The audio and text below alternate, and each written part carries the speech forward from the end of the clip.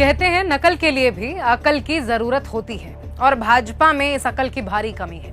मोदी सरकार ने बजट बनाते समय कांग्रेस के न्याय पत्र यानी कि मैनिफेस्टो को कॉपी करने की पूरी कोशिश की, लेकिन ये वो भी ठीक से नहीं कर पाए।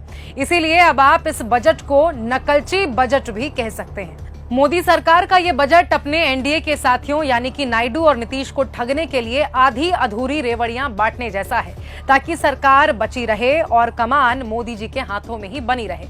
अब मैं आपको मात्र 10 पॉइंट्स में बताऊंगी कि ये बजट देश की तरक्की का बजट नहीं बल्कि मोदी सरकार बचाओ बजट है।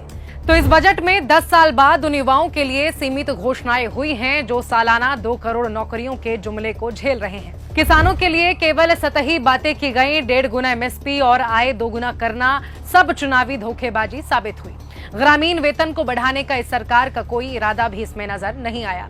दलित, आदिवासी, पिछड़े वर्ग, अल्पसंख्यक, मध्यम वर्ग और गांव गरीब लोगों के लिए कोई भी क्रांतिकारी योजना इसमें उसका ऐलान नहीं किया गया, जैसी कांग्रेस और यूपीए सरकारों के दौरान हुआ करती थी। गरीब शब्द को केवल स्वयं की ब्रांडिंग करने का जरिया बनाया गया, इस पर कोई ठोस कुछ भी नहीं ऐलान हुआ। महिलाओं के लिए इस बजट में ऐसा कुछ भी नहीं है जिससे उनकी आर्थिक क्षमता बढ़ाई जा सके, वो वर्कफोर्स में अधिक से अधिक शामिल हो सके। उल्टा महंगाई पर सरकार अपनी पीठ थपथपा रही है। जनता की गाड़ी कमाई लूटकर वो पूंजीपति मित्रों में बांट रही है।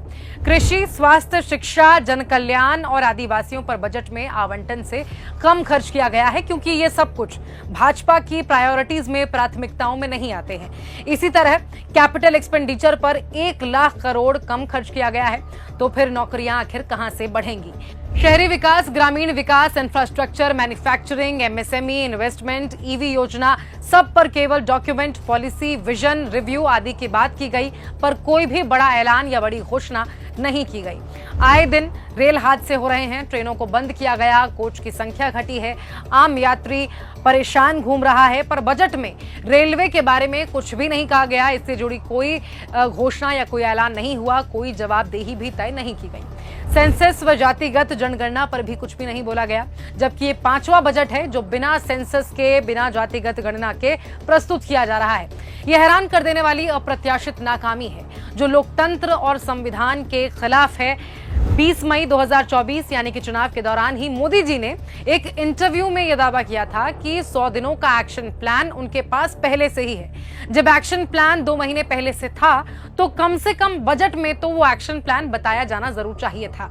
ना कोई ठोस प्लान है, ना कोई ठोस ऐलान है। भाजपा केवल जनता से धोखेबाजी करने के एक्शन में व्यस्त है।